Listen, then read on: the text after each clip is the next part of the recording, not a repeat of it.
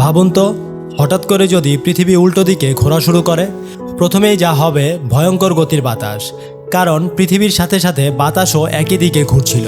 হঠাৎ দিক বদলালে তৈরি হবে ধ্বংসাত্মক সুপারসনিক ঝড়।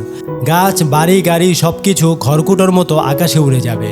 তারপর পুরো পৃথিবীর আবহাওয়া বদলে যাবে।